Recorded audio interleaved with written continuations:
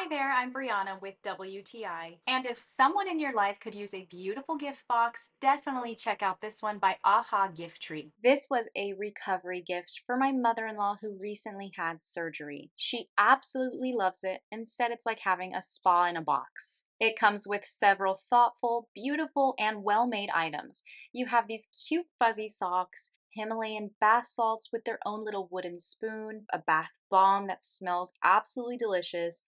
You have an oatmeal scrub handmade soap. You also get this cute little succulent with a ceramic base. You also have a soy candle that feels really nice and waxy and has a delicate floral scent. You get a cushioned satin face mask, as well as a glass drinking cup with its own glass spoon and straw cleaner. You get these two beautiful satin white pillowcases, and you have a vacuum packed, fuzzy, soft blanket. This gift box also includes a sweet little note with space on the back where you can write your own personal note. Opening up the box smells like a delicious mix of vanilla and lavender and floral scents and is sure to bring a smile to anyone's face. And that is my point of view.